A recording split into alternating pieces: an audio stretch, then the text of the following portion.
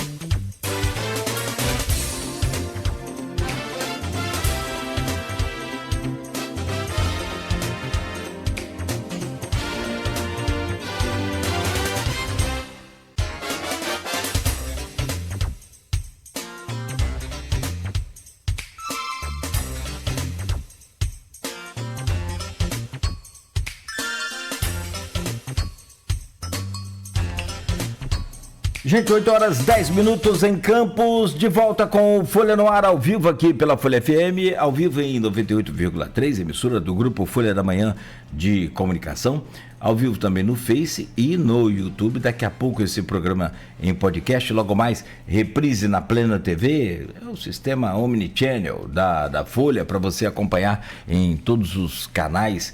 Também pela Alexa, é só dar o comando Alexa, ouvir Folha FM, no appzinho da Folha, né? Appzinho não, tem um app muito legal lá, tem um aplicativo muito leve, né? Não ocupa espaço e é muito bacana para você também ouvir, curtir, seguir a Folha FM onde você estiver. 8 horas 11 minutos, voltamos com o Folha no Ar, no oferecimento de Proteus, Unimed Campos, Laboratório Plínio Bacelar, Vacina Plínio Bacelar e Radimed Diagnósticos por Imagem. Campos tem 22 graus agora aqui na área central. No programa de hoje, com o jornalista Luiz Abreu Barbosa, temos a presença do Cristiano Abreu Barbosa, que é empresário, diretor do nosso grupo Folha da Manhã de Comunicação e blogueiro do Folha 1. Também com a presença do Igor Franco, que é especialista em finanças e professor da Uniflu. Falamos aqui sobre esporte, sobre Copa do Mundo e NBA, que é também uma outra Copa do Mundo do basquete, né? O sonho de muitos atletas aí. Recentemente perdemos o Oscar, com aquela coisa de ter marcado a sua vida por não ter aceitado a ida para a NBA para poder seguir na seleção brasileira, enfim. De tão importante que é essa NBA também, né? Isso chegou a marcar a vida dele. E a gente volta para falar agora sobre dois especialistas, então a gente tem que aproveitar esse conhecimento aguçado, apurado deles, que é economia. E eu começo pelo Igor, com a mesma pergunta para o Cristiano, e eu queria que vocês analisassem a nossa região. É inevitável que se faça comparações, né? Campos, Macaé, Macaé, Campos, Rio, São Paulo, Rio. Mas falando aqui da nossa região, Campos ultimamente tem seguido num rumo onde as coisas me parecem estagnadas no que diz respeito a essa questão econômica.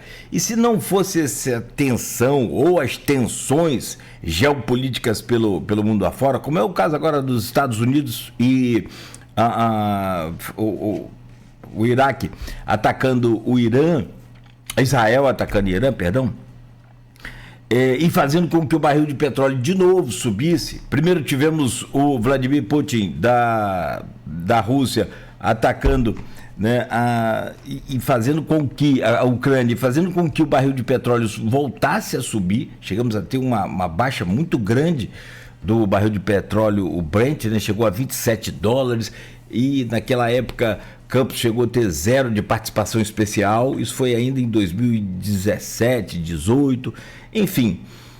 Como que vocês veem essa economia de Campos girando muito em torno dessa questão do petróleo e a gente não consegue avançar para além disso. Temos uma força de trabalho muito grande, como o Vladimir disse aqui, uma logística que Campos se especializou nos últimos anos também muito importante, mas nesse cenário de crescimento, de desenvolvimento, como que você vê, meu caro Igor, o atual cenário aqui na nossa cidade? E aí podemos trazer essa análise sua, comparativa até com a região. Igor Franco. Vamos lá, Cláudio. Acho que assim, Campos a gente tem que ter uma coisa em mente, que a economia em Campos ela é uma economia um pouco silenciosa, né? O que eu quero dizer com isso? Diferentemente de Macaé, por exemplo, você vai a Macaé, você vê a sede lá os parques lá da Petrobras, os escritórios de grandes empresas, então você tem esse aspecto visual muito, muito chamativo, por exemplo, na economia de Macaé. Isso dá uma impressão de uma cidade muito desenvolvida, né? São grandes estruturas, grandes parques industriais, e Campos não tem isso, né? Uma parte pela própria estrutura, né? Macaé tem realmente a sede de muitas empresas da área de petróleo, isso já há muito tempo. Campos perdeu, entre aspas, essa briga. Tem os campos de petróleo, mas não tem a infraestrutura dos campos de petróleo. A nossa economia ela é uma economia muito baseada em comércio e serviços, né? Então isso se desenvolve assim, em lojas de térreo, prédios de escritório. Isso não é tão perceptível para a gente. Campos é muito ampla também, né? Muito grande. Então o agro de Campos está espalhado em todo o território, que é gigantesco, né? A gente vai lá até quase ali, metade do caminho do estado do Rio, encosta no Espírito Santo, avança um pouquinho para o noroeste, então o Campos também é muito grande, a gente não vê esse agro se desenvolvendo de uma forma concentrada. Isso talvez traga a impressão para a gente, né, de que Campos talvez tenha uma economia muito frágil, mas pelo contrário, a economia de Campos é uma economia muito forte. Por outro lado, também é verdade que, embora a gente tenha essa economia bastante assim, resiliente, dado que ela é espalhada ao longo do nosso território, né, ela é descentralizada, então isso traz uma resiliência para a economia campista, diferentemente de Macaé, né? A gente vê que quando houve a crise lá dos anos 2014, 15, 16, Macaé sofreu um baque terrível, né? Porque foi muito concentrada a pancada na área de petróleo. Campos sofreu muito pela prefeitura, ter uma queda brutal de arrecadação, a gente é muito dependente, né, das transferências de renda da prefeitura, seja via assistência social, salários, custeio, mas a economia de Campos ela é mais diversificada e isso traz para a gente uma segurança maior, né? Bom, mas como eu dizia, em paralelo a essa fortaleza da economia, de fato a gente não tem assim, um carro-chefe puxando a economia campista, e isso eu acho que é uma grande falha, dadas as aptidões que nós temos aqui, né? A gente tem uma área universitária muito forte, referência estadual, nacional em alguns aspectos, então é um pouco inexplicável que Campos não tenha, por exemplo, uma empresa muito relevante que tenha nascido desse ecossistema universitário. É difícil entender por que Campos tem uma dificuldade, né, de ter um volume industrial maior na sua atividade econômica. Então, isso realmente chama a atenção, né, de que apesar dessa economia que eu acho que é silenciosa e forte, a gente não consegue, né, dar uma guinada, não consegue ter um carro-chefe, e acho que isso faz falta para o município, e de certa forma é reflexo dessa renda fácil do petróleo, né? Então, como há 30 anos, basicamente, Campos tem facilidade de extrair renda dessa atividade petrolífera, não precisa fazer nada, né? Você só recebe o dinheiro. E isso traz um certo comodismo, né? Eu acho que para os políticos, no sentido de não buscar soluções de desenvolvimento econômico e, ao mesmo tempo, dar a eles um orçamento muito poderoso para manejar o próprio poder político, né? Então, você não precisa se preocupar em desenvolver a cidade, em paralelo, você tem uma influência política muito grande, porque você tem muito dinheiro para poder gastar, né? Então, você contrata muita gente, você beneficia muitos setores, você espalha esse dinheiro ali em vários locais. Assim, geograficamente você consegue canalizar dinheiro para várias regiões da cidade, para vários grupos de interesse da cidade, e isso acaba trazendo ali, né, um equilíbrio muito ruim para os grupos políticos que tomam o poder da cidade. Tanto que quando a gente para pensar, o grupo político que não consegue, por exemplo, uma reeleição é o grupo do prefeito Rafael, que coincide também com uma crise econômica, né, de contas públicas muito grande. Então, quando quando os cofres públicos foram muito fragilizados, o poder político também acabou se desfazendo, né? Então, acho que é um pouco disso. Assim, Campos é uma cidade economicamente forte, é diversificada, porém não tem, né, trazido para a gente boas novidades em termos de desenvolvimento econômico. Eu acho que isso também é a história do Rio de Janeiro. No estado do Rio de Janeiro, a história de Campos é uma história micro da história maior aqui do nosso estado do Rio de Janeiro, também altamente dependente das verbas da área de petróleo, com o agravante de que a governança de contas públicas do estado do Rio de Janeiro é muito ruim, né? Um estado gastador, perdulário,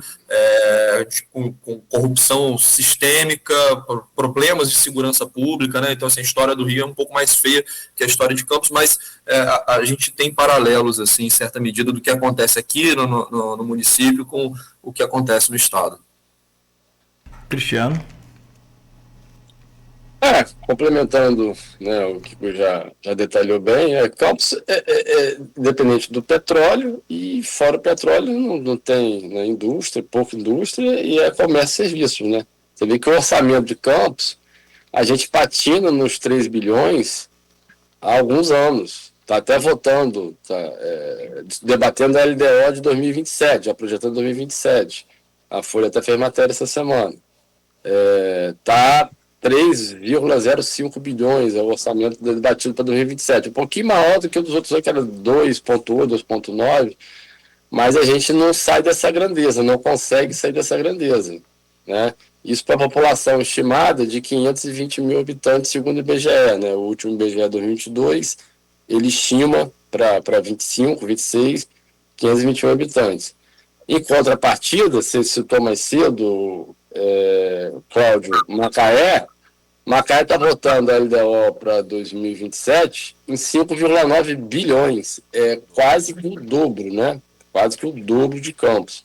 E esse ano, Macaé votou a LDO era 5,1 bilhões, ou seja, está subindo de 5,1 em 2026 para 5,88, para 25,9 em 2027. Então, Macaé segue no espiral ascendente. E se você pegar a população estimada de Macaé pelo IBGE, é 260 mil, 265 mil. Então, é pouco mais da metade da população. Quer dizer, Campos tem quase o dobro da população de Macaé para o orçamento que é quase a metade. Então, é tipo um quarto, né, por habitante. Então, você tem aqui do lado Macaé, que tem a base, obviamente, da Petrobras, tem as termoelétricas se instalando lá. Então, quem mais usufrui do óleo e gás, porque Macaé tem os olhos da atividade, que estão nas plataformas, né, ultramarinas, no mar, e tem também a atividade, né, no seu município, que são as offshore, a base toda do óleo e gás está lá, agora as termoelétricas, enfim. E Campos, em contrapartida, não tem, ele tem só os royalties, né, e a parte dos empregos qualificados que fica aqui, né. Então, a grande questão que sempre se debateu aqui em Campos era como atrair indústrias e tal. Isso vem desde o começo dos royalties. E já passados aí 30 anos, como o Igor citou mais cedo aí, a gente acabou não conseguindo atrair quase que indústria nenhuma para cá. E a aposta agora na questão que o Vladimir batia muito na questão logística pela situação geográfica de Campos, né? Tá entre Rio e Vitória, então aproveitar a situação geográfica para crescer na parte logística.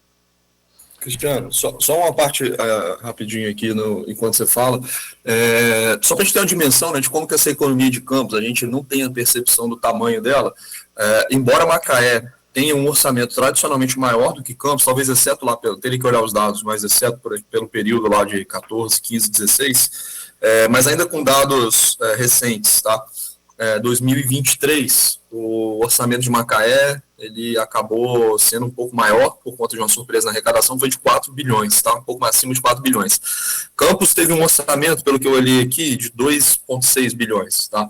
Por que eu estou falando isso? Em 2023, o PIB per capita de Macaé era de 90 mil reais, o de Campos era 88, muito próximo, né? Apesar de ter o dobro de população e um orçamento menor, né? O PIB, ele tem influência muito grande dos gastos públicos, né? O gasto público compõe o PIB, mas você vê que Campos com o dobro de população, menos orçamento, da onde que ele supre essa diferença, né, em termos de PIB per capita, ou seja, o PIB por habitante? Justamente do setor privado, né, que em Campos ele é bem diversificado. Então, apesar de serviços. E agro, né, provavelmente teria que olhar a decomposição ali do PIB, né, para poder saber a contribuição de cada um, mas é só para a gente ter uma dimensão de que a economia de Campos é uma economia muito silenciosa, como eu falei, a gente não vê isso no dia a dia, parece que Campos não cresce nada e tal, mas é porque ela se desenvolve muito, né, fora das vistas, assim, diferentemente de cidades como Macaé, que você consegue ver exatamente aonde está a atividade econômica da cidade. Né? Mas só para dar esse dado, né? Apesar de um orçamento muito maior de Macaé, o PIB per capita dos dados mais atualizados é muito próximo. Não reflete tanto essa diferença, né? Exatamente. E aí, o que você falou, essa diversidade traz aí essa oportunidade mais robusta, vamos dizer assim, né? Numa crise mundial, como tivemos, segura talvez melhor do que Macaé. Partindo para o nacional e tentando não falar ainda de política, porque aí a Luísa vai trazer já essa questão de cenário político para vocês analisarem, mas, evidentemente que, falando de governo federal, para falar de economia, nós temos hoje uma espécie de estagflação, é isso que é o termo correto, que é uma economia estagnada com a inflação mais alta, porque eu estava olhando aqui os números, você tem o IPCA de 2026 já passando da meta, já passando do teto, que é de 4,5%, chegando a 5,11%. Agora nós estamos no 5,11%, nós estamos no meio do ano, né? Então hoje, dia 12 de junho, na metade do mês, praticamente do primeiro semestre. Como é que fica essa economia brasileira dentro desses patamares aí todos, levando em conta também todas essas tensões geopolíticas aí pelo mundo afora? O governo brasileiro gasta muito, e se não fosse talvez esses gastos de agora para manter aí o preço, principalmente do petróleo, principalmente do óleo, né, óleo diesel mais baixo, ou pelo menos estabilizado, a coisa estaria num patamar talvez aí muito maior, muito pior do que a gente está hoje. E eu começo com você, Cristiano, tentando analisar e projetar, quem sabe, esse futuro diante de uma Selic restritiva, que é de 13%, impede qualquer país de crescer, e já de um IPCA que pode passar da meta antes mesmo do final do ano. Já está passando hoje, mas pode se concretizar com o final do ano. É possível projetar aí dias piores para a economia brasileira, Cristiano? Eu acho que sinceramente, eu passo a bola para o Igor, que aí falar de economia nacional, ele é a pessoa mais capacitada de longe. Sem problema. Depois que ele falar, eu falo. Sem problema. Vamos lá, Igor, com você, por favor. Eu só segui a ordem aqui que a gente segue do programa. Não, sei. Mas sem problema, não. É totalmente a praia do homem aí. Não, claro. Aí depois vem também com a sua análise, que é empírica. Você tá no mercado, tá no dia a dia, você sabe como é que é. Você tem as empresas que administram, e aí você sabe a realidade disso aí que Igor vai comentar pra gente. Por favor, Igor.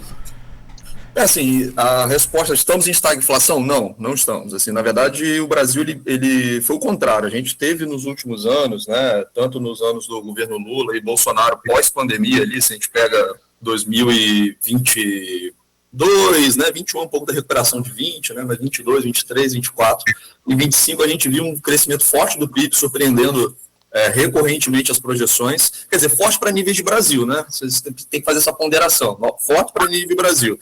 Infelizmente, o crescimento da produtividade do Brasil, ela é muito baixa ao longo do tempo, então a gente basicamente cresce por acréscimo de pessoas ao mercado de trabalho, mas isso não deixa de ser crescimento. Então, o Brasil vem crescendo, a inflação, ela vem acima da meta, mas isso não é exclusividade do Brasil. E apesar de estar acima da meta, ela não está em níveis historicamente elevados. Basta dizer que durante o governo Lula 1, Dilma, essa inflação ela rodava ali na casa de 5%, 6%. Não é o nível que a gente vem observando pós-pandemia. Pandemia um pouco fora da curva, tá?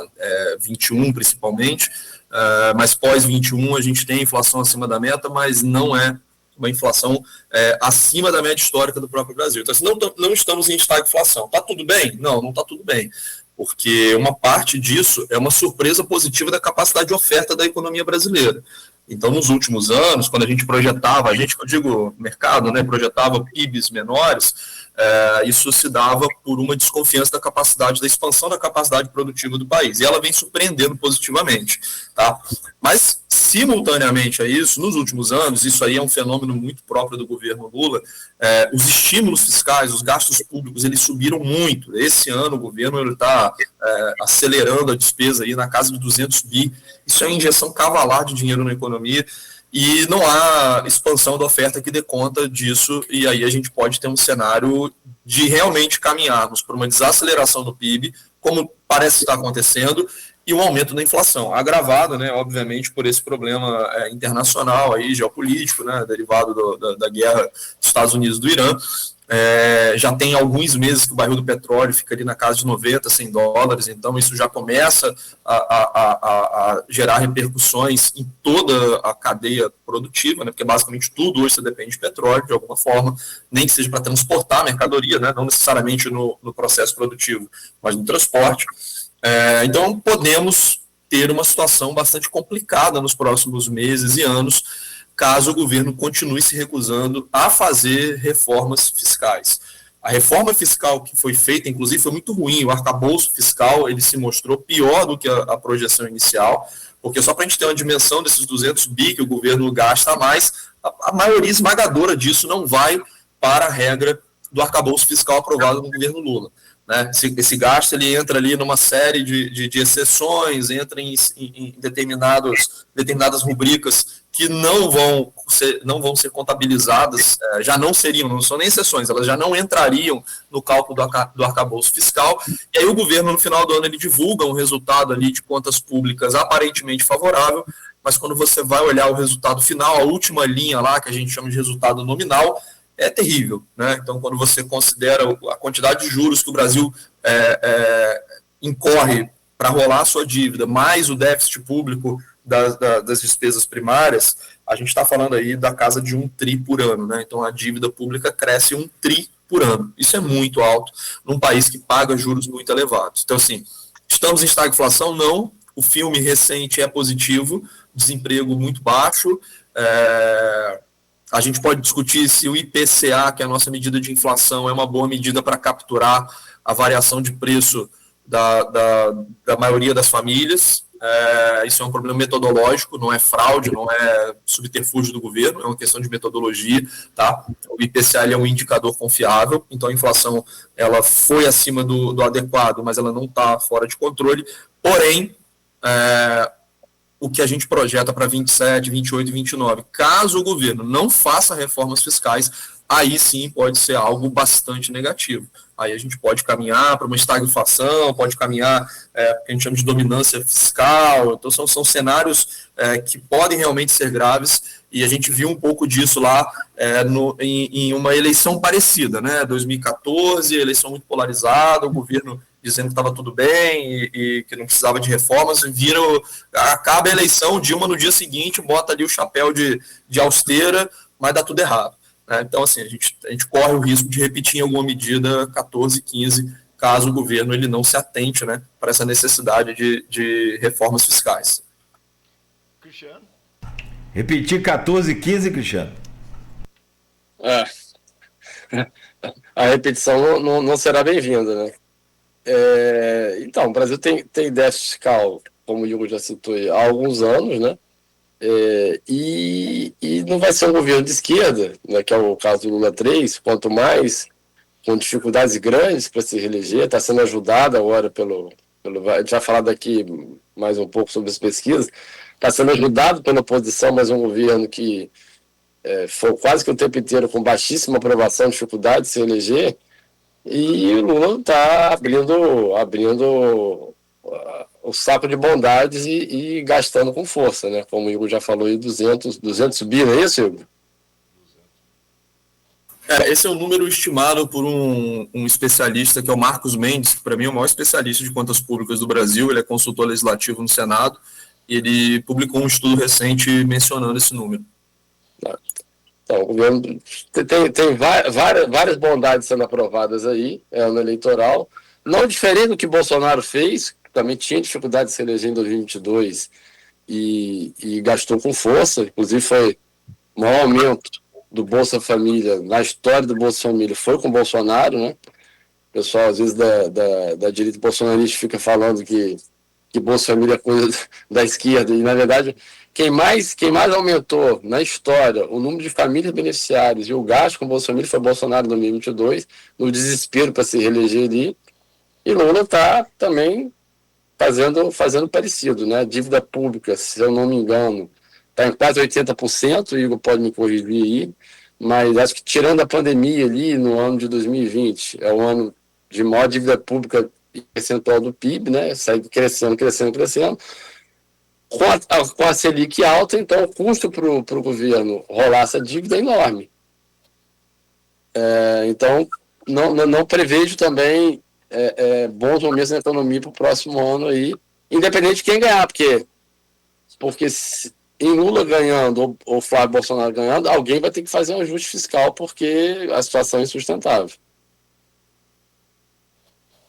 Gente, são 8h34, vamos entrar, já roçaram aí, tanto o Igor quanto o Cristiano, em política, eleição.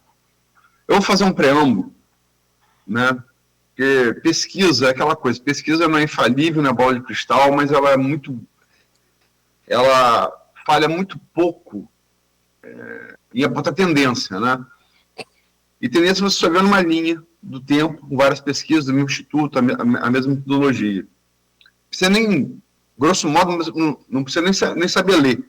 Basta ser um alfabeto, ele percebe para baixo, a linha, para cima, a média, ou manutenção, né? Vamos lá. Lula vira 2024 para 2025 mal. Sangrando intenção de voto, sangrando aprovação do governo, aumentando a desaprovação. Vem mal, 9 de julho do ano passado, 2025, carta de Trump ameaçando taxar o Brasil se o STF condenasse Bolsonaro. Lula soube surfar muito bem essa onda de soberania nacional, muito bem, né? Bolsonaro, de fato, é condenado em setembro daquele ano, né? Em agosto daquele ano. Lula tem aquele muito de brilho ali em Nova York, né? Na Assembleia Geral da ONU, e sobretudo no dia seguinte, numa coletiva, onde ele fala de improviso, tem um momento ali brilhante. Lula vem recupera de julho até outubro. Outubro ocorre o quê? A operação na Alemão na Penha, né? A operação mais letal da história do Rio de Janeiro, 132 mortos. No entanto, ela tem, em várias pesquisas, uma aprovação popular muito alta, sobretudo no eleitor de baixa renda, no morador de periferia, no morador de comunidade, que é, em tese, o grande eleitor de Lula. Lula ignora esses números e chama a operação de chacina. A partir dali ele vai caindo de novo, começa a cair de novo. 5 de dezembro, Bolsonaro, pai, ainda da carceragem da Papudim, antes da prisão domiciliar, ele unge Flávio candidato. Vem o carnaval, verão, carnaval, aquela ala da Acadêmicos de Niterói, Famílias e Conserva, né? Desastroso. Depois Érica Hilton na comissão da mulher, e sem nenhum juízo de valor ela poder ocupar ou não a comissão da mulher, né? Nenhum juízo de valor, mas um discurso muito agressivo com as mulheres biológicas, né?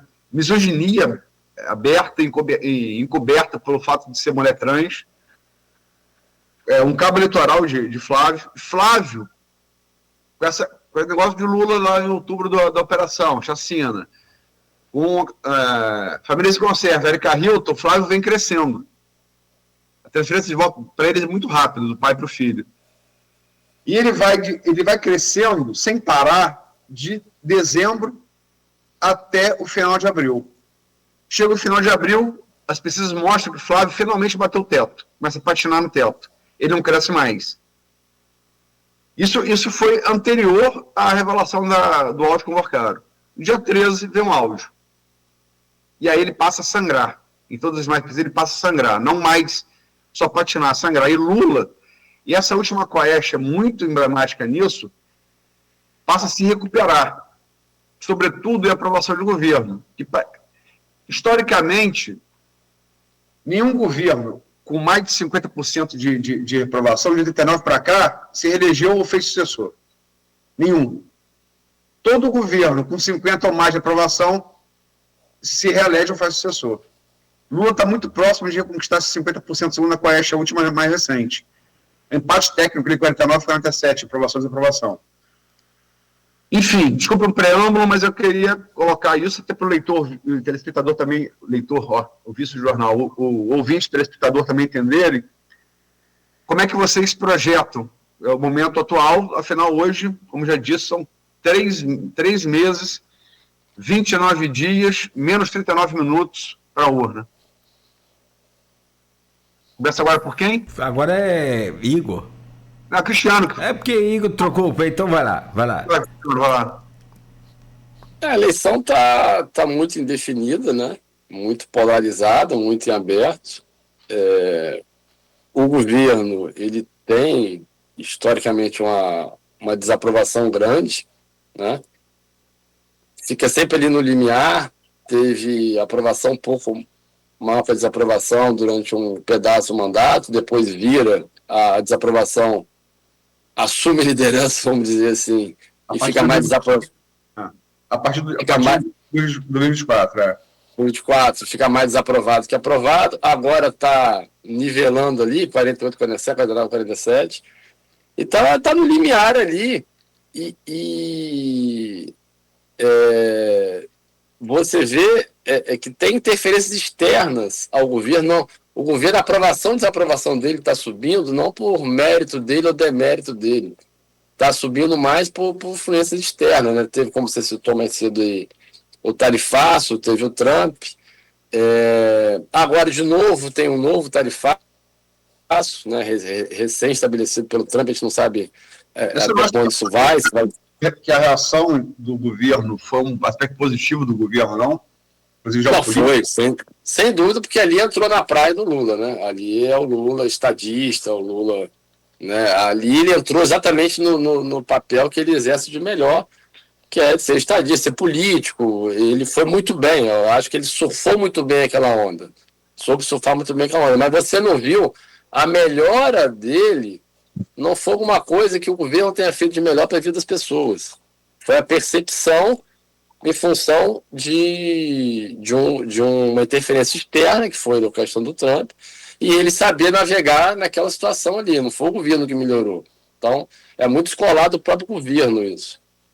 Agora, é um cenário ali que está ali muito... O Flávio caiu alguns pontos após as revelações do escândalo do Banco Master, do envolvimento do Flávio, do Eduardo, né, da família Bolsonaro, supostamente para financiar o filme do Bolsonaro ali, pedindo milhões ao Vorcaro, né, que de origem completamente duvidosa, né, muitos deles vindo de dinheiro de fundo de pensão de estados, municípios, e o Flávio cai agora, mas, assim, projetando para frente, é lógico que o governo Lula, o Lula tem a máquina na mão, né, e está usando bastante essa máquina, né. A legislação eleitoral ela melhorou muito, mas é ainda muito aquém de coibir o que pode ser usado, não pode ser usado a máquina. Bolsonaro usou muito a máquina em 2022, endureceu a eleição, mesmo assim perdeu, e Lula vem usando a máquina em seu favor, claramente, e vai usar até o final da corrida eleitoral agora, né? Então ele tem a seu favor a máquina, tem a seu favor o histórico, desde a redemocratização, o único presidente que perdeu a reeleição e tentou e perdeu foi Bolsonaro, né? O próprio PT nunca perdeu uma reeleição, Lula nunca perdeu uma reeleição, mas é uma eleição muito difícil, muito dura ali, que vai ser decidido, segundo, né, a Coeste, segundo o Felipe Nunes, pelos independentes, que ficam ali swingando ao sabor dessas notícias aí. Não é nem ao sabor do governo, ao sabor dessas notícias aí. Vai para lá. Quem é da esquerda e quem é lulista, vota no Lula, independente do que aconteça. Se sair, quem é lulista e quem é bolsonarista, Se eles flagrarem um crime hediondo de Lula e Bolsonaro, assim, eles vão continuar votando Lula e Bolsonaro, nada vai mudar esse cara, não vai mudar. Então, se você tem ali os 33% que se define como lulista e esquerda não lulista, 19 lulista, 14 esquerda não lulista, os 33%, que é um terço, se define ali 12% bolsonarista, 21% de direita não bolsonarista, e esses tendem a votar em Lula e Bolsonaro. E você tem os teoricamente independentes, no qual eu me incluo, talvez Igor se inclua também, talvez você de certa forma se inclua, que você é centro-esquerda, né? Enfim, que estão ali ao sabor do que fazer, estão indecisos, e de vez em quando, dependendo do sabor, vota para cá ou vota para lá. Então, acho que está muito. Eu vejo como muito, embora um favoritismo em Lula pela experiência, por ter a máquina, por nunca ter perdido uma reeleição, e o Flávio Bolsonaro, no meu ponto de vista, é um candidato fraco, um candidato fraco que ajuda o Lula. Eu vejo a eleição assim em aberto e que tudo pode acontecer até outubro, porque pode surgir novas notícias de um lado ou de outro, embora, obviamente, as notícias que têm surgido via PF, via judiciário, normalmente são contra o Flávio. Igor, só para você, vou agregar algumas coisas. Primeiro, que essa pesquisa Quest mostra que o movimento favorável ao Lula e perda de intenção de voto de Flávio, ela se operou justamente entre o que ele chama de independentes, né? Centro-direita e centro-esquerda, né? Que foi o que definiu a eleição de 2018, quando migra para Bolsonaro por conta de prisão de Lula, Lava Jato, impeachment de Dilma, e migra em 2022 para Lula por conta da péssima gestão, sobretudo, de Bolsonaro na Covid, no pandemia da Covid. A pesquisa mostra que esse eleitor tem migrado mais para Lula, como migrou de dezembro a abril para Flávio, né? Como é que você projeta? Eu acho que hoje, salvo um fato novo muito relevante, essa eleição, eu acho que ela está bem favorável para o governo, assim, favorável dentro da perspectiva que a gente sempre tratou, né, de que seria uma eleição apertada. Então, acho muito difícil ter uma diferença elástica, mas dentro desse contexto apertado, acho que o favoritismo de Lula hoje ele é inegável e difícil de ser batido, tá? Por vários motivos, né? Primeiro que Flávio é um candidato muito ruim, um candidato escolhido por ser ruim, porque se ele fosse muito bom, né? Ele, assim como Lula em 2018 não apoiou Ciro Gomes, que teoricamente poderia ganhar a eleição, para justamente manter a hegemonia do campo de esquerda, Bolsonaro faz o mesmo movimento e se recusa a ungir Tarcísio, Ratinho Júnior, né? Provavelmente seria Tarcísio, justamente para manter o controle sobre a direita, o controle da narrativa, o controle do poder político. Então, ele sabe que o filho dele é um candidato muito ruim, mas ele prefere perder com Flávio do que entregar o protagonismo da direita para outro grupo. Então, a gente tem um candidato muito ruim, que é o Flávio, um candidato que sabidamente já tinha ali notícias relacionadas a essa seara de corrupção, né, que eram coisas menores, né, a rachadinha, né, aquele contrato mal explicado com o BRB para financiar a casa dele, a história da franquia que ele tinha, que movimentava dinheiro em espécie, num mundo em que todo mundo paga em cartão e depois em Pix. Então, assim, o Flávio tinha coisas menores ali no background dele, mas isso era, como eu falei, né, colocado pelos eleitores independentes como um grau menor, porque você tem do outro lado Lula, com a Lava Jato, cancelado, obviamente, por chicanas jurídicas, mas cuja corrupção saltou aos olhos da população, e a gente não pode esquecer que o presidente do Brasil pertence a um partido que promoveu esse escândalo de corrupção sistêmico, né, que foi a Lava Jato. A gente não pode perder de perspectiva que o presidente esteve envolvido até a linha do bigode ali com esse esquema de corrupção, e depois foi absolvido ali por uma questão política e jurídica que a gente conhece bem como é o Brasil. Mas, enfim, a partir do momento que o Flávio ele é enredado numa rede de corrupção, na economia a gente chama...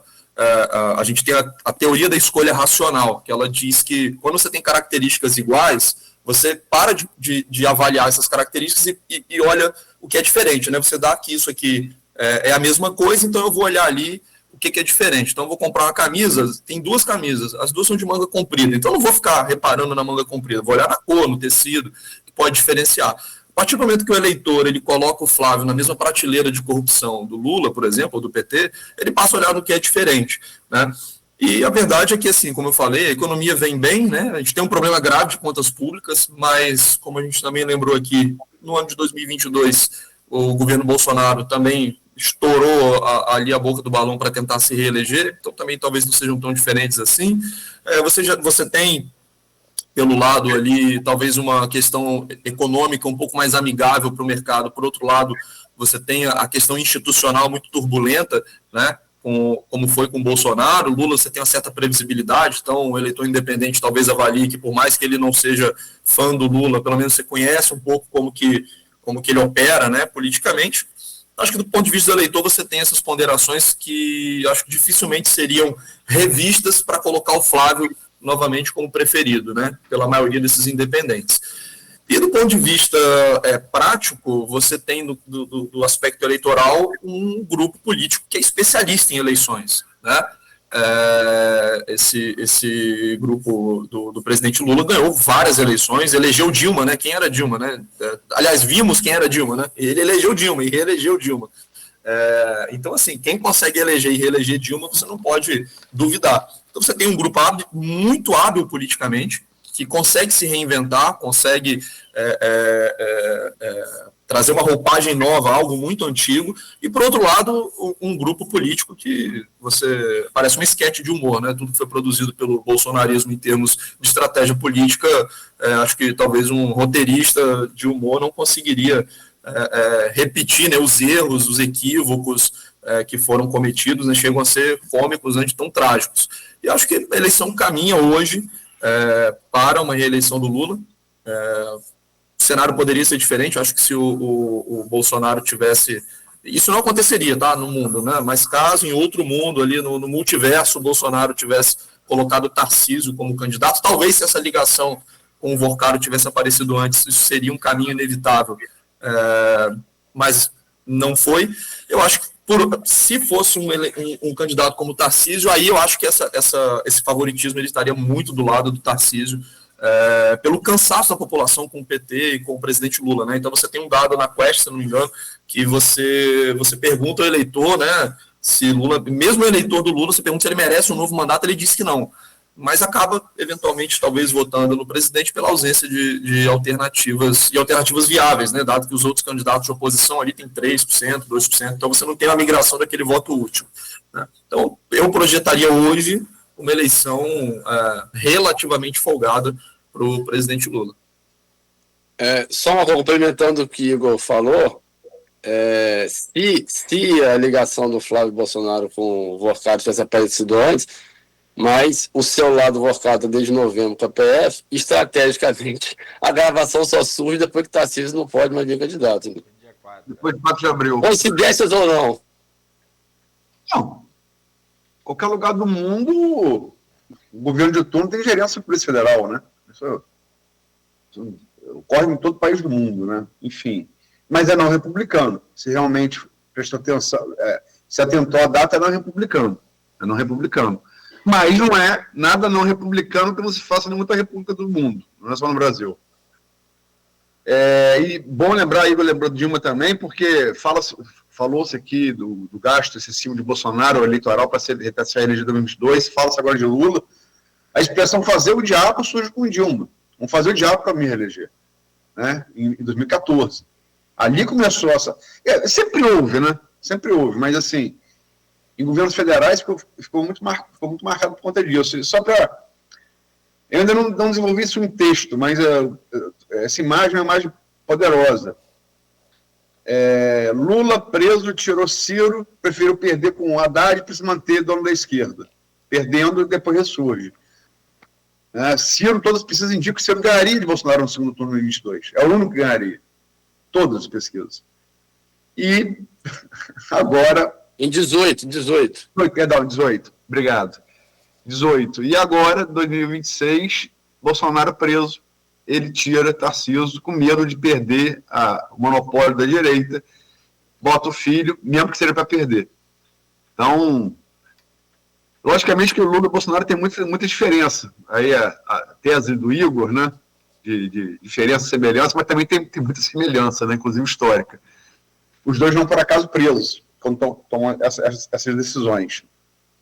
Enfim, mas vamos partir para a estadual, para o tempo. A última pesquisa, a Paraná, né, ela botou o cenário hoje mais provável, né? Eduardo Paes, 48,3%, isso estimulada por óbvio, tá? Dando os nomes dos candidatos. Eduardo Paes, 48,3% de intenção de voto. Douglas Ruas, 12,6%. Precisa agora do início de junho. Douglas Ruas, 12,6%, presidente da Alerj. O ex-governador Luciano Garotinho, 9,2%. Os outros somados, 10,5%. Branco e Nulo, 12,9%. Não sabe, não respondeu, 6,5%. A Paraná cometeu um erro, porque se dá empate técnico de Douglas Ruas e Garotinho, na segunda colocação, tinha que simular o segundo turno com os dois. No entanto, a Paraná se simulou com o Douglas Ruas, deu o segundo turno aqui. Paes, 60%, Douglas Ruas, 24,5%, Branco e Nulo, 10,8%, não sabe, não respondeu, 4,6%. Ou seja, primeiro turno, Paes tem uma vantagem de 35,7 pontos percentuais para o segundo colocado com o Douglas Ruas. E o derrotaria no segundo turno por 35,5 pontos percentuais. Não estou falando em percentual, pode ser Tribobó ou na China. Tanto faz. Né? 30 pontos em Tribobó na China é ponto a dar com pau. É muito ponto de vantagem na frente. Como é que vocês veem esse favoritismo e como é que vocês projetam, se vai ser eleição em turno só, se vai ser em 2 turnos, até outubro? Começa agora por Igor. Eu acho que a eleição aqui no Rio está definida já, acho que primeiro turno. O Paes tem uma vantagem muito grande. Você não tem políticos de expressão ali capazes, eu acho, aqui no estado do Rio de competir com ele.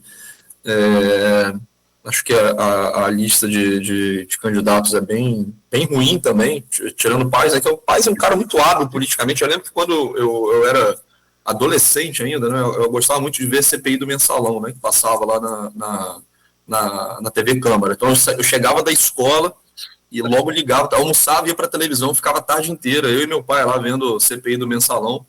E foi um momento histórico muito interessante, né? Para quem acompanhou, aquilo lá era mais emocionante que muita partida ali de esporte, né? Então todo dia era uma emoção diferente. Você ficava vendo, igual você vê o calendário de Copa, a gente via o calendário de quem que ia ser convocado para qual dia, né? Então tinham dias melhores para você assistir, dias piores, enfim. E naquele momento a gente ainda tinha alguma coisa para valer, né? Não era o teatro puro que a gente tem hoje, estéreo, né? E aí uma das figuras que me chamou a atenção na época foi o Eduardo Paes, que era deputado federal pelo PSDB, e eu, caramba, esse cara muito bom, fala muito bem, muito articulado, novo, né? Jovem, cara jovem.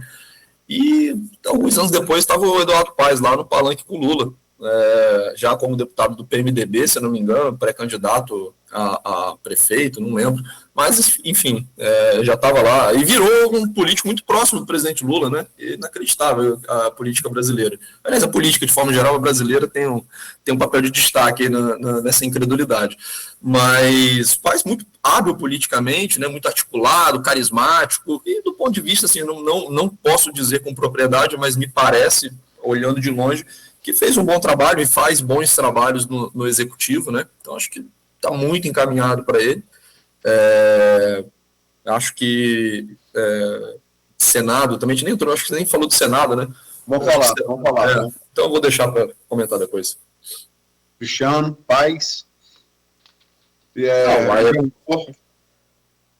A eleição está muito encaminhada para o Paes, né? A única chance que o Douglas Ruas tinha era, e eles contavam, a direita estadual e nacional contava, o bolsonarismo contava com isso, era o Douglas Ruas sentar na cadeira de governador, né? Foi arquitetado todo um plano por Rodrigo Bacelar para ele estar nessa situação nesse momento, mas o Rodrigo Bacelar cometeu uma série de equívocos e acabou caindo na operação que pegou o TH já e depois acabou pegando ele lá, né?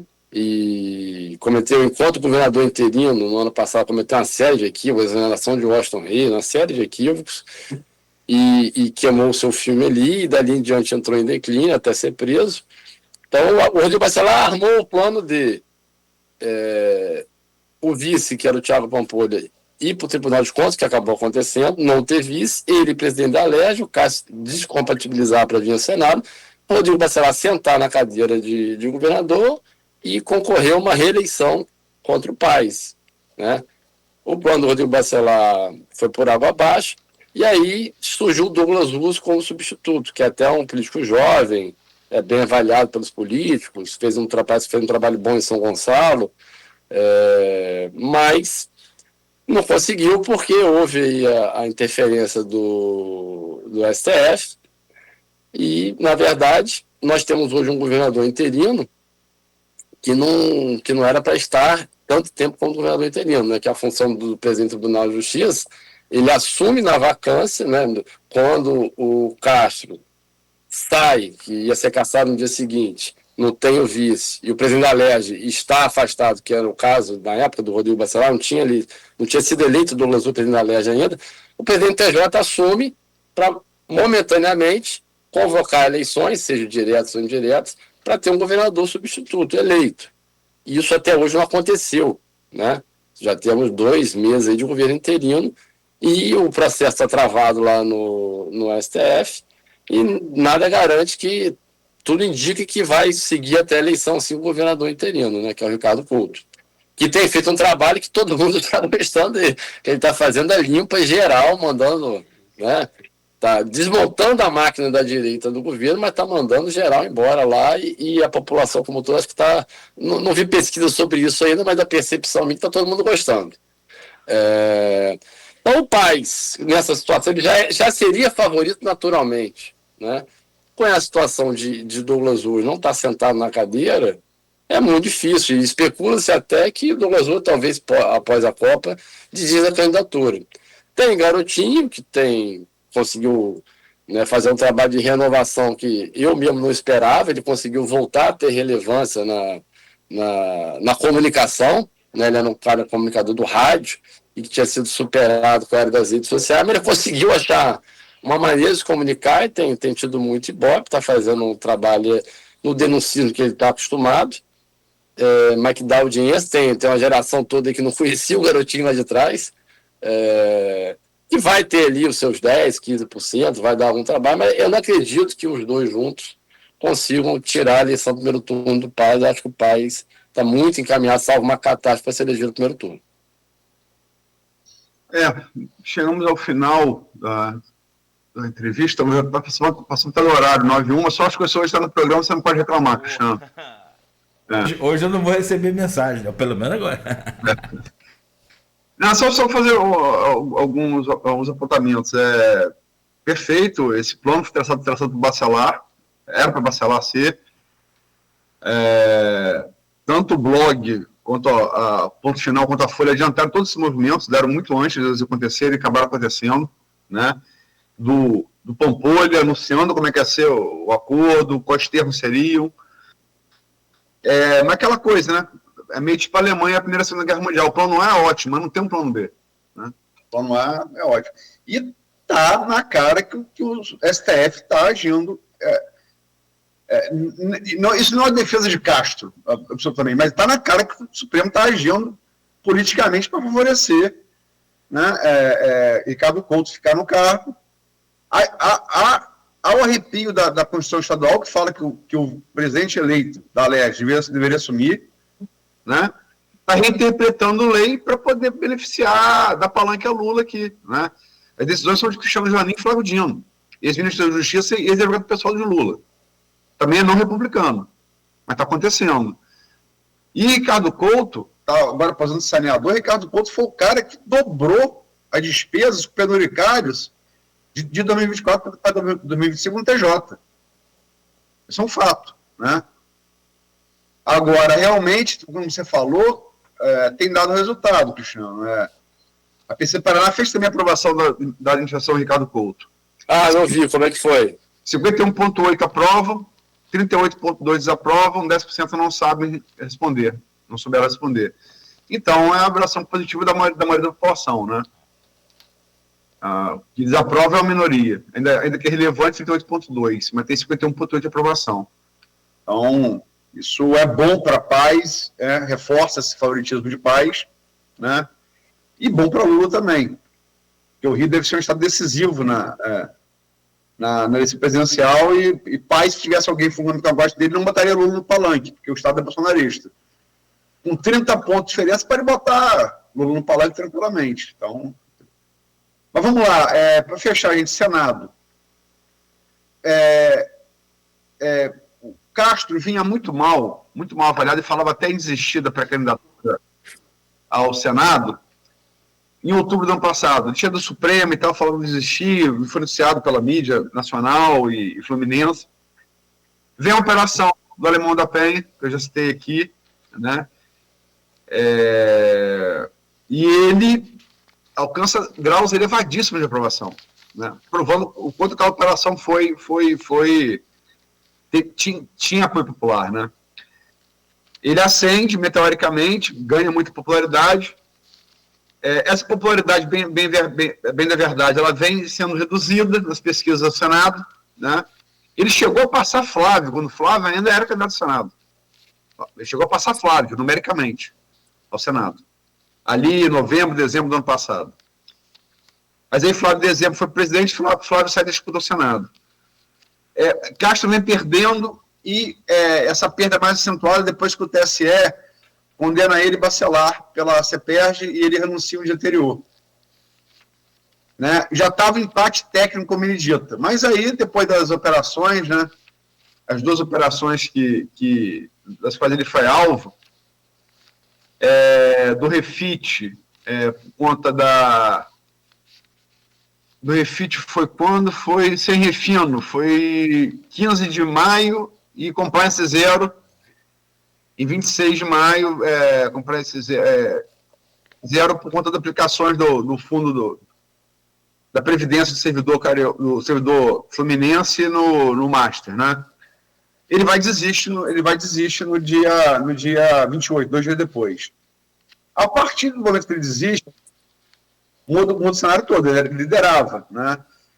O cenário 1, hoje são 2 cadeiras do Senado, né? Benedita da Silva, 34,2, Crivella, 26, Canela, 21,3, Pedro Paulo, 20,7. Falar só os primeiros. Mônica Benício, 11, Carlos, 10,4, Mauro Campos, 9,1, Hélio Seco, 6, não sabe, nenhum branco e nulo, 14,6, não sabe, não respondeu, 6,8. Aí o cenário 2, sem Crivella, precisa Paraná, né? Instituto Paraná, agora desse mês de junho. Cenário 2, sem Crivella, Benedito 35,9, Canela 23,6, Pedro Paulo 22,8, empate técnico de Canela e Pedro Paulo, Mônica Benício 2,2, Mauro Campos 10,7, Vaguinho 10,2, Carlos Portinho 8,9, Hélio Seco 5,5, nenhum branco nulo 16,4, não sabe, não respondeu 7,4. Ou seja, Benedito assume a liderança, para além do mais de erro, assume bem a liderança, e uma disputa aí acirrada pela segunda cadeira, ao que parece nos 2 cenários, com a existência de Castro, entre Canela, Crivella, quando está no jogo, Canela e Pedro Paulo. Como é que vocês projetam isso? Começa agora por... Agora é Cristiano, né? Cristiano? Sobrou para você. Vambora. A eleição do Senado, né, se você pegar a última eleição, que foram 2, né, que a última eleição foi Romário, né, que se elegeu era uma vaga só. Na eleição anterior foram 2 vagas.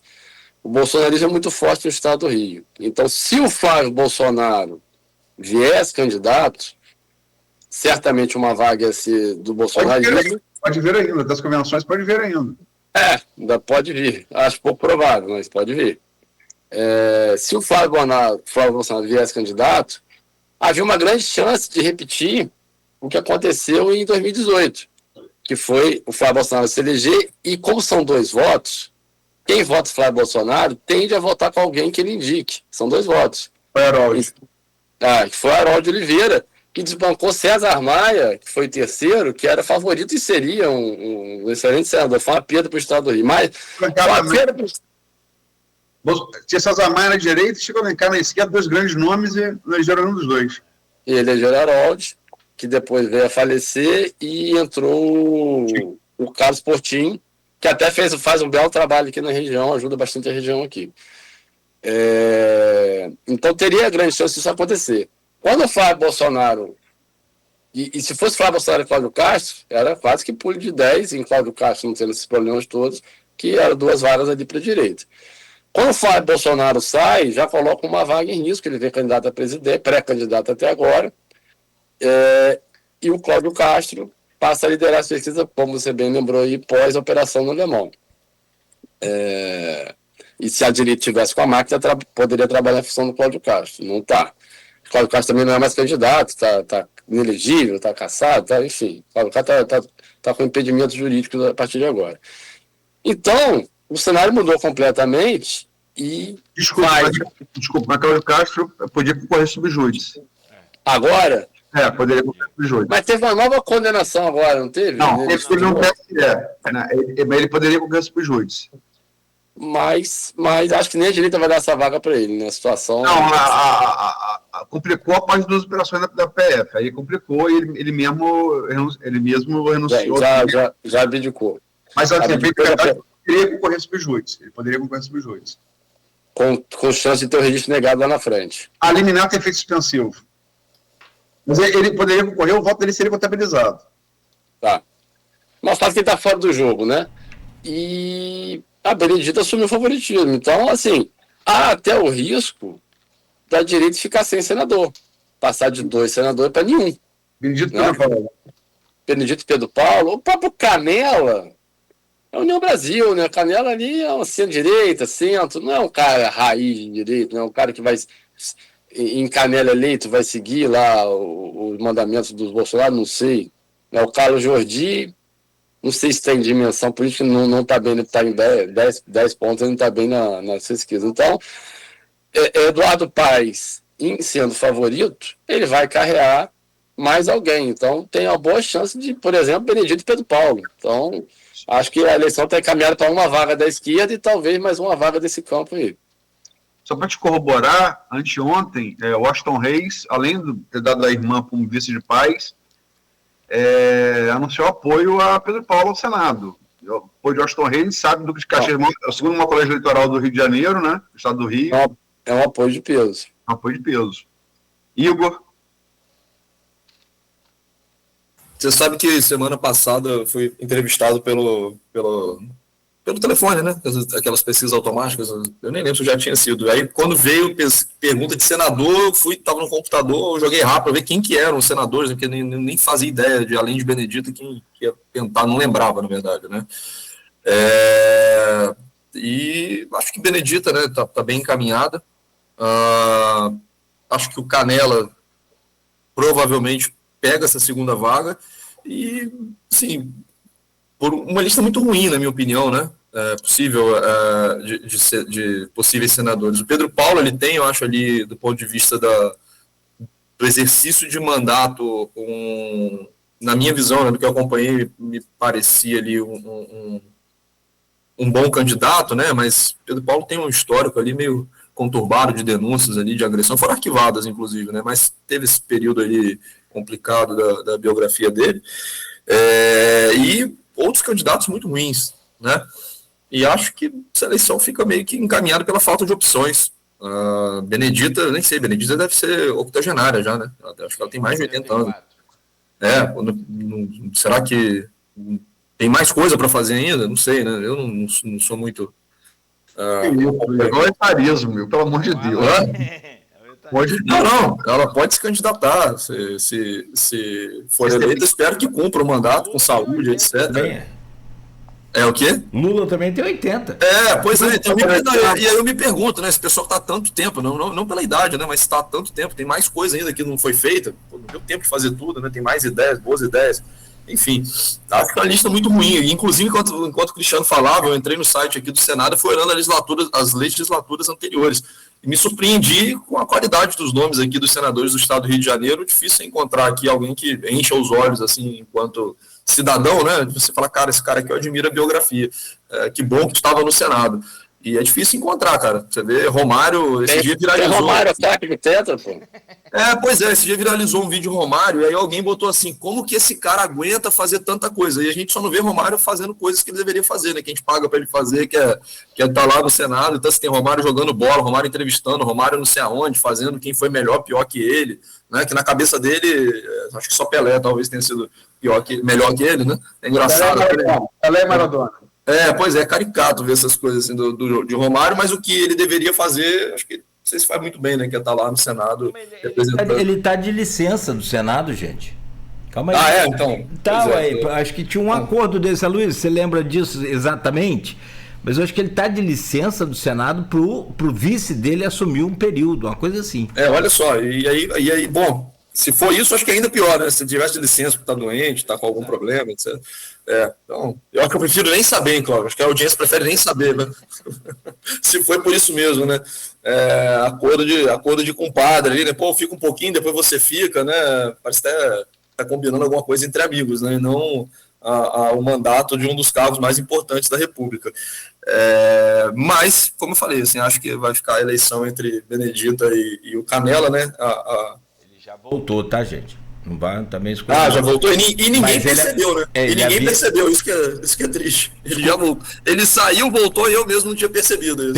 Perdão, ele havia saído de licença por 4 meses, que começou em dezembro de 2025 e durou até meados de abril de 2026 para cumprir um acordo político interno do seu partido, permitindo que o Bruno Bonetti assumisse a vaga no período.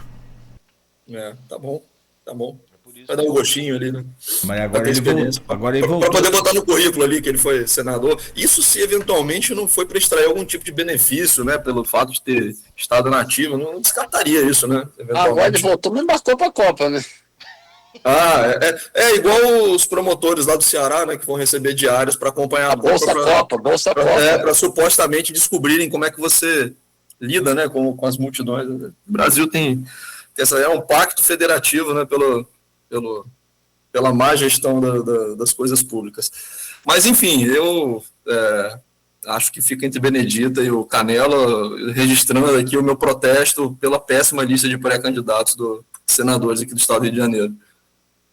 Eu assino embaixo aí da péssima lista e na verdade, olha só, tá difícil votar, tá? Se olhar para cima também, tá difícil. Eu só não sei, Luiz, desculpa, você pensou aí para falar, deixa eu falar primeiro. Eu só não sei qual que é a pior lista, se é a de Ancelotti ou se é a nossa aqui que o Igor tá falando. Desculpa. Tá duro. Tá? Ambas estão duras. E se você perceber, as duas também não existem renovações que vocês falaram. Renovação. Aí. É isso aí. Renovação. E falta de opções, você não fala assim, mas podia ter cicrano, fulano, não tem. O ciclo foi muito ruim também, né? O ciclo nosso aqui político foi muito ruim, né? O ciclo tá ruim. O ciclo tá ruim. Tá ruim desde a proclamação da República, quase. Pelo amor de Deus, vocês estão falando um bando de... Sou obrigado a falar algumas pontuações. Romário... Infelizmente, a gente não tem um Neymar aqui para dar esperança, né? Romário foi o maior senador, não é Neymar. Centroavante que eu vou jogar na minha vida. O maior atacante que eu vou jogar na minha vida. Ele tem lugar de fala para se colocar entre os grandes jogadores da história do futebol mundial, não é nem brasileiro. E Romário tem, com Lula, um grande paralelo, que talvez não passe percebido para pessoas ditas brancas aqui, classe média alta, né? A identificação que Romário é o cara mestiço do morro que deu certo. Ele foi campeão pelo Flamengo, foi campeão pelo Vasco, jogou pelo Fluminense, não lembro se foi campeão, que não pode dizer, só não jogou no Botafogo. Romário deu um tetra no Brasil depois de 24 anos. Não foi só campeão, não. Mas enfim, Romário é o cara que o cara de periferia olha, sou eu que venci. Como o nordestino olha para Lula, sou eu que venci. Não, Romário claro. Entendeu? Não, como jogador, inclusive ele, como comunicador de esporte, muito bom. Eu acho impagável, eu adoro ver. Eu vejo sempre. Faço mas como senador, como político, realmente... Senador da República, mas você não pode nunca, na política, desde de Atenas, de Solon, subestimar a identificação. Não, claro. O cara mexe essa periferia, olha para Romário, sou eu que venci. É as forras desse cara, votar nele. Como é votar em Lula. E isso, se você não entender isso... Não, sem contar que ele trouxe o Tetra também. Ele foi um cara bem sucedido. E não Eu é sou bem sincero, eu acho que não é esse que mobiliza o voto do Romário, não. Não é só torcedor. Olha, eu acho que o voto do cara que olha para ele e conhece o candidato e vê uma lista muito ruim e acaba votando nele. Até testado pesquisa, eu te mando. Até testado pesquisa. Tem pesquisa Qualy sobre isso que identifica isso. Não é achismo, é empírico. Mas e não é pesquisa agora, não. Pesquisa já tem um tempo já, da eleição passada. E senador da República, o Rio, eu cheguei a votar em Nelson Carneiro. Um grande vulto da política brasileira, muito menos falado do que se deveria. Nelson que fez 2 leis. Primeira lei do divórcio, rompendo com a Igreja Católica, que não podia divorciar no civil, né? E a lei dos royalties. Todos nós hoje nos beneficiamos de um grande tribuno, um grande senador da República. Então, já tivemos grandes senadores, né? Sei lá, acho discurso de vocês está muito... Sou obrigado a fazer essas pontuações aqui. Né? Nunca votei em Romário, tá? Não votaria. Mas enxergo o que o eleitor vê nele e, me desculpa, Igor, é testado em pesquisa Qualy. Não, mas aí eu acho que entra um ponto também, sem querer prolongar o assunto, do pré e pós, né? A justificativa de voto no Romário, ninguém precisa justificar voto, né? Independentemente do motivo. Mas a qualidade do Romário senador pode ser um desconhecimento meu, né? Mas acho que não me impactou enquanto cidadão. Mas, enfim, novamente, não precisa de justificativa para que ele esteja lá. Está lá. O ponto é, a partir do momento que ele está lá, o que faz Romário senador? Eu, pessoalmente, Igor, cidadão, com certo interesse em política, não sei dizer. Possivelmente deve ter projetos relevantes. Não, ele São 8 anos, afinal de contas, né? É muito tempo para não fazer nada. Outra bandeira que é a filha com Down, e essa bandeira também dá muito voto a ele. Também. É verdade. E ele é um bom pai. Eu sei lá, eu acho que o Romário é credor, cara. O Romário não é devedor, não. O Romário é credor do Brasil, não é devedor, não. Particularmente, minha opinião. Concordo com tudo, mas não acho ele um bom político. E, sinceramente, 500 vezes mais bola que Neymar. Mas muito mais. Mas, enfim. Não, mas eu não tenho comparação. Muito mais. Embora a geração de Igor não vá concordar com isso. O pai Cristiano Ronaldo. Não, eu gosto muito do Neymar, eu gosto muito do Romário, jogador, sou super fã. Acho ele excelente. Concordo, acho que ele está na prateleira superior. Não, cheguei a ver o Romário, 94. Nasceu em 88, Flamengo. Estava com 6 anos. Mas vi o Romário no Flamengo, Romário no Flamengo, Romário no Vasco, Romário ainda jogando alguma coisa em seleção. Não peguei ele lá no PSV Barcelona, no prime dele desses lugares, desses clubes, mas vi muito o Romário jogar. Acho e concordo que ele está numa prateleira superior ao Neymar, principalmente pelas conquistas dele. Das leis que ele criou aqui, tem a lei brasileira de inclusão. Eu tive a minha missão, com a faixa assim, 100% Romário. Só repetir aqui, das leis que ele criou, tem a da inclusão da pessoa com deficiência, que é também conhecida como Estatuto da Pessoa com Deficiência. Essa luta é importante. É importante essa luta dele. Tem incentivo ao esporte, tem outras. Gente, aqui, vamos lá, são 9h21. Agradecer. Vamos puxar ele, hein? Pelo amor de Deus, Já recebi um zap aqui, ó. Olha lá. Fechar aqui hoje, agradecer a você, Cristiana, agradecer a você, Igor, Aloysio, semana produtiva, semana das madrugadas aí, né? Principalmente para quem gosta de basquete, tem que ver o jogo e acordar cedo.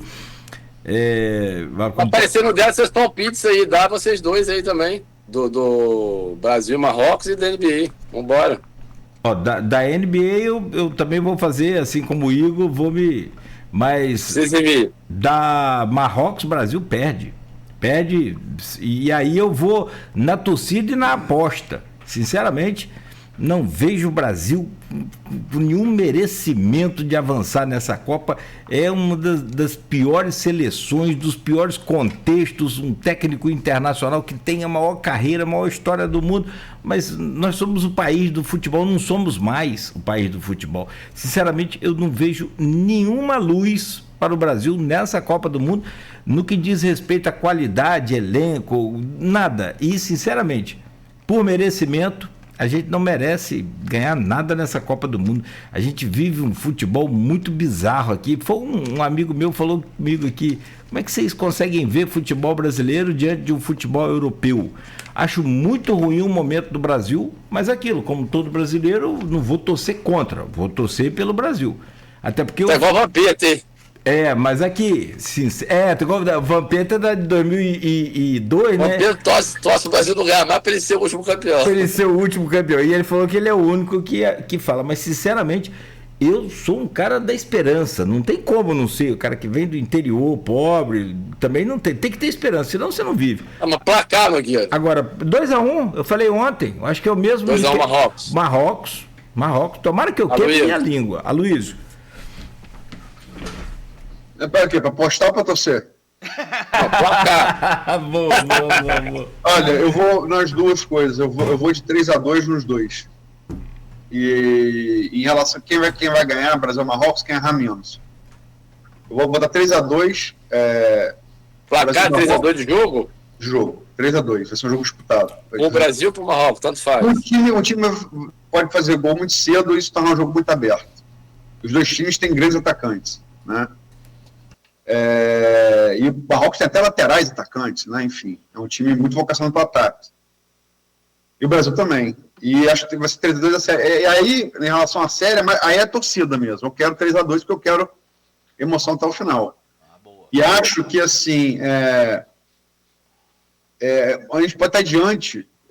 Não tenha dúvida de que Jalen Bronson provou ser um clutch. Vai ficar para a história da NBA, mas assim. Nós estamos diante da gênese de um cara, assim, para ficar para a história, que ainda me ama. Muito novo ainda, está custando. Não ele, só ele, o time todo é muito novo. O time, Está custando muito, mas assim, como time, como basquete, para mim é bem superior ao New York Knicks. Como time, na minha opinião, como alguém que gosta de basquete. É muito superior, muito superior. Agora, é um time muito novo, né? Todo time muito novo oscila muito, né? Mas é uma torcida, 3-2 no Brasil Marrocos, o terceiro gol para quem errar menos, e o Brasil tem errado muito na defesa, e 3-2 na série é uma torcida, né? Torcida. Gente, ó. Igor, obrigado, amigo, por hoje. Obrigado, Cláudio, obrigado Sucesso. a todos aí, um abraço também para os nossos ouvintes, excelente final de semana, e amanhã vai dar nós. Tá bom, se Deus quiser. 3-2 pro Brasil, então. Tá. Pode ser. Pelo menos vamos ter emoção até o fim, né? Como outra métrica, 50-50 para mim. É empate, Para mim, 50-50. Eu tô no empate, eu tô no 1-1 aí. Tá no 1. Não, eu acho assim, 50-50 eu falo percentualmente. Pra mim, Sim, 50-50. de chance. Sim. Um tem mais camisa, o outro tem mais time. Para resumir, basicamente, um tem mais camisa, o outro tem mais time. Se tirasse esses 8 aí que estão desde a outra Copa, que perderam e que não fizeram nada, eu acho que o Brasil teria alguma chance. Agora, repetindo 8 jogadores, ou 7, ou 6, acho que fica muito difícil. Marquinhos entregando ouro, esse Casimiro tá igual... Ó, Cristiano, obrigado por hoje, bom dia para você e até a próxima, se Deus quiser. Olha, obrigado, Nogueira, obrigado a todos aí. Valeu, Aloysio. Obrigado aí por hoje também, pela semana de revezamento. A outra, Everton Luna, vai estar com a gente aqui na bancada. Se for o caso, a gente aciona lá para estar aqui, né, numa outra pauta aí, mas de qualquer maneira, obrigado por essa semana. Lembrando que amanhã o Jornal Folha da Manhã vai estar bem cedinho nas bancas e também nas casas dos assinantes. Bom dia, Aloysio. Bom dia, Nogueira. Vamos fazer a partir de segunda-feira, voltar a fazer aqueles flashzinhos da Copa. Bora, boa. Volta a fazer os áudiozinhos. Boa, pra gente fazer umas análises. Principalmente depois dos Jogos do Brasil. Eu acho que assim, dá para fazer, eu acho que, né, uma pílulazinha diária reduzida, né? Show. Aliás, desculpa, nós vamos ter a partir de hoje Folha na Copa aqui comigo a partir das 11 da manhã e 5 da tarde também, boletins de 1 minuto só com informativo aí da Copa do Mundo, oferecimento lá da Limporte, do Posto Líder, oferecimento também da Talimac Construções e também com a gente aí nessa jornada aí deste ano, dessa Copa do Mundo aí. Valeu, Aloysio.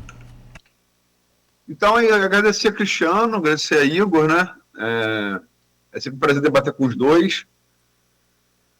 São dois liberais que moram no comum do mesmo pensamento a respeito bastante. Acho que no final eles deram uns escorregados que o Brasil, desde a Cabral, não teve nada que coisa. Cabral não, República. É brincadeira, né? Mas sei, mas mesmo brincadeira, né? Revela a desilusão com a política, acho, brasileira, que acho que boa parte da população tem. Tem vindo à terra das redes sociais, onde não tem eleitor desiludido com político, em que democracia do mundo? Todas elas estão. É rede social. Enfim, e acho que o Romário a gente tem que olhar para além do nosso umbigo para entender. Se a gente não olhar para além do nosso umbigo de classe média, a gente nunca vai entender o Romário e o Lula. É necessário. Né? E eles são a grande maioria da população brasileira, não nós. Perfeito. 9h29, você segue na Folha FM 98,3. A gente volta segunda-feira no oferecimento de Proteus, Unimed Campos, Laboratório Plínio Bacelar, Vacina Plínio Bacelar e Radmed Diagnósticos por Imagem.